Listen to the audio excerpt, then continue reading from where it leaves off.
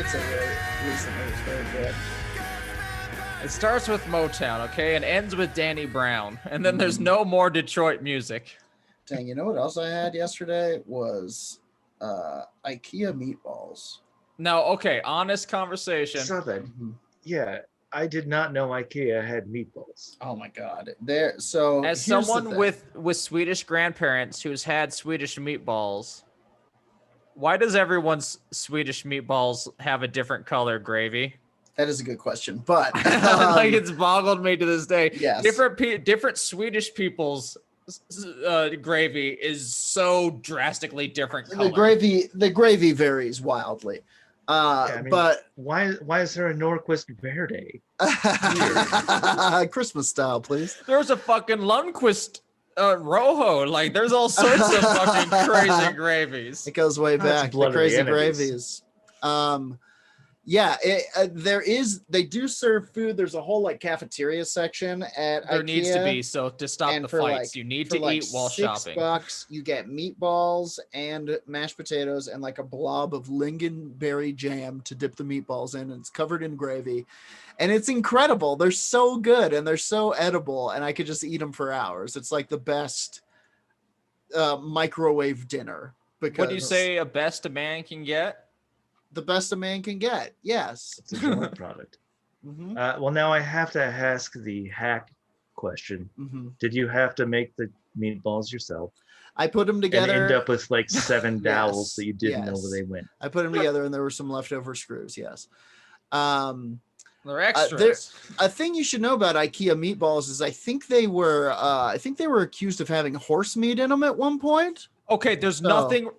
No, there's many different countries eat horse. I agree. There's nothing wrong with it per se. I agree, and it is like kind of, it is kind of weird to be like no horse, yes beef. It's like what's the difference? Come on, but it is different and it's weird. We're not accustomed to it, and I don't know if that was true. I'll look into it. Another time when we're not podcasting. Ladies and gentlemen and everyone in between, welcome to Werewolf Radar, the world's premier paranormal preparedness podcast. My name is Jordan Dahl. I am Nate Baldwin. And I am Roger Norquist. Today's episode of Werewolf Radar is brought to you by Monstroko brand cigarettes. It's just cigarettes that do what cigarettes do. Monstroko. Smoke them.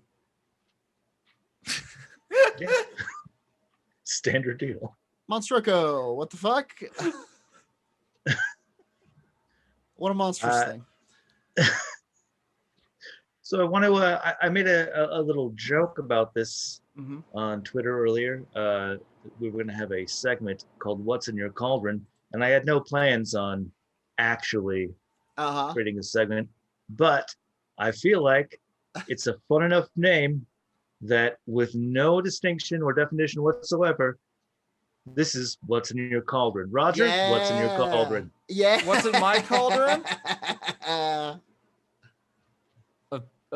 I have a patron shout out in my cauldron. Nice. Did I do it? Did I look segue? Forward to that. I'll look forward to that. Well, no, I got to do mine. Oh.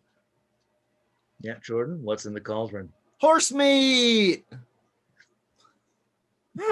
Roger, go ahead with that patron shout out. We're doing a special patron shout out for every patron we got. Thank you guys for supporting us. Let the howls begin. Nick Bailey, Michael King, Marcelo Duran, Jason Mordell, Gloria Gray, Dylan Gutierrez, Tobias Livingston, the most well-prepared dead guy, Ryan Flint, Lewis, Jason the Sweet, a Carrion Soldier, Gloria Gray, Alicia Coy, Adam Passion, Abby Klabu, Liam Dahl, Jessica, Jason the Sweetest, Jake Specht, Dakota Vincent, Adra Kinkle, and our Chancellor of Mattis, leading the charge, Michael Przak. I think I'd be a good wolf. I think I'd be a British wolf. Thank you guys very much for supporting us. Thank you so much. Without you, we could not do this. For your continued support of the show. We've resolved that we're going to do shout outs and plugs at the top of the show, this week just to get them dang out of the way. So also check us out, join the Discord. Also check us out over on twitch.tv/werewolf_radar every Monday, 5 p.m. for Steak Night, which is us playing Curse of Strahd 5e with our wonderful Dungeon. I couldn't remember what they're called. Dungeon DM Master. Colin Cthulhu and founding member. Very graciously allowed me to live last week. Yeah, founding member of Werewolf Radar, Sam Talent is also there. So check that out Mondays, 5 p.m.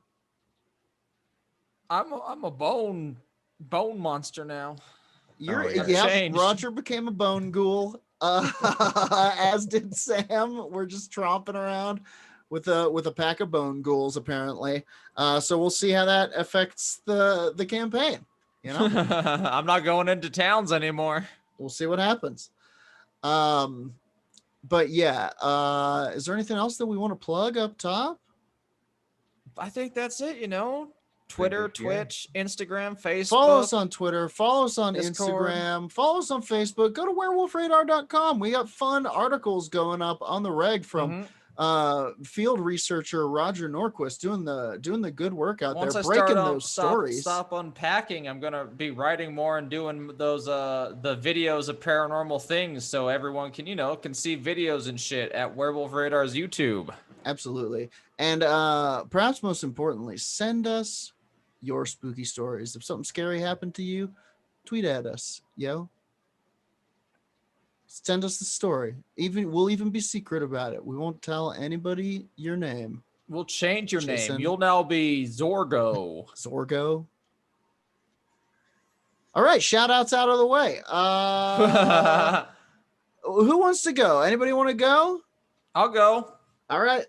I jump at the chance this day. Hell yeah, Roger. Mirror.uk.uco. Great story from Rebecca Astill. They're doing great work. From Sunday, August 1st, inside the haunted castle where the ghost of a girl whispers, "Don't tell them," to visitors. Whoa. You're right. Right. Conwy Castle in Wales is the former home of a Cistercian monastery, with visitors reporting spooky sights. The top of the battlements are reached by a spiral staircase with stunning views over Snowdonia. Now, I didn't know that Wales had a Snowdonia. Yes, tell us more, Jordan, about the land. Tell us about the time that your people took Wales. So, you lot wish to know about Snowdonia, do ya? Well, come into my underground hutch. This is where we all live here in Wales. Now, I know nothing of Snowdonia. Well, we will now. It's a rad name for a place, though. Sounds like a zone in World of Warcraft. Totally. If you want to know more or read the article with us, go to our Discord, listen along. We post the articles that we use for content there. From Rebecca Astill, Niche Life Writer. That's her title. Awesome, by the way. Pretty cool. Fans of the spooky and paranormal have been flocking to a Welsh castle after some strange goings-on. Conwy Castle is steeped in history, and the fortified town walls are a UNESCO World Heritage Site. The top of the battlements are reached by a spiral staircase with stunning views over Snowdonia.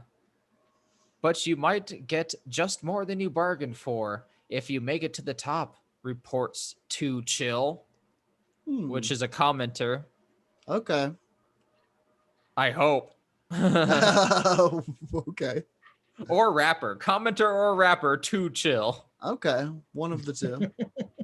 Dubbed by many as one of the most haunted places in North Wales, nice. Reports from visitors claim to have seen an apparition of a monk, a black silhouette, and a large man in armor illuminated by candlelight in the castle. Wow.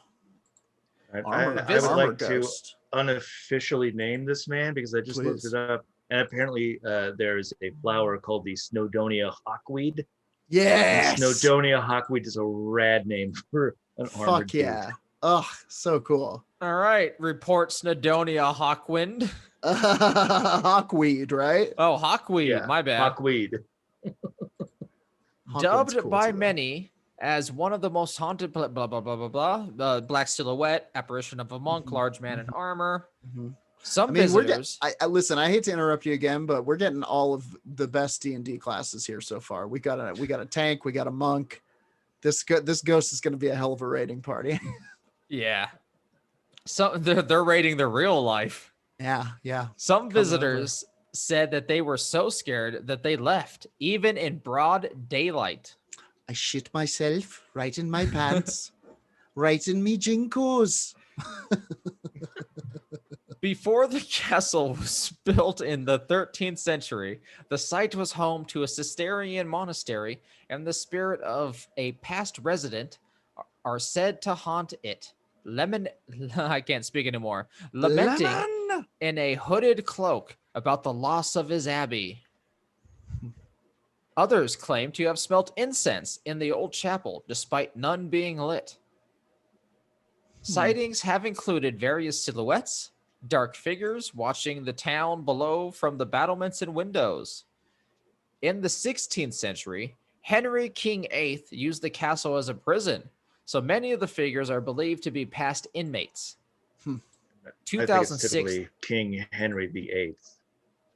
But go on. Okay, all right. Agree to disagree. Henry King VIII.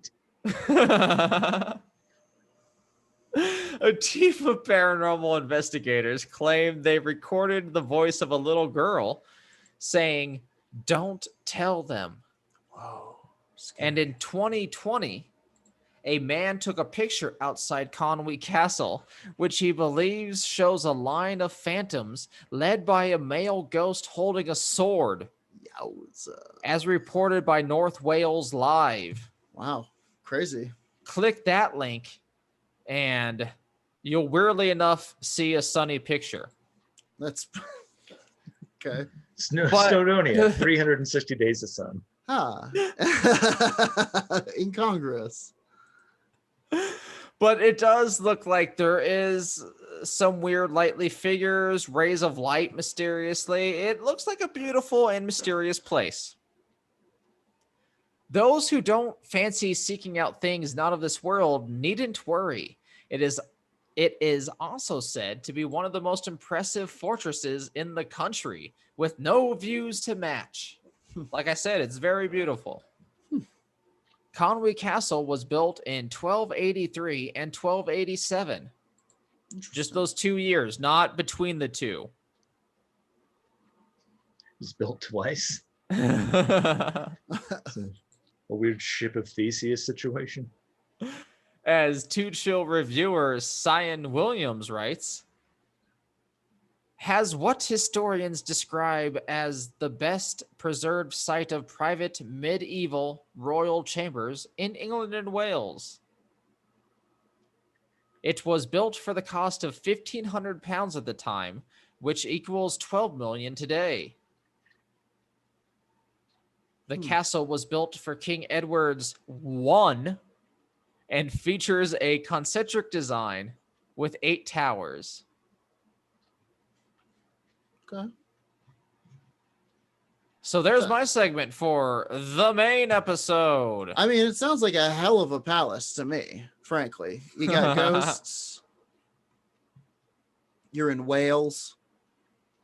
You have 8 towers. What Wait, more do you it's need? pronounced Sean, Adam says? That's insane. The Celtic language is a nonsense. yeah, it's pretty wild. It's pretty wild. It blows my mind every day. I apologize, Sean.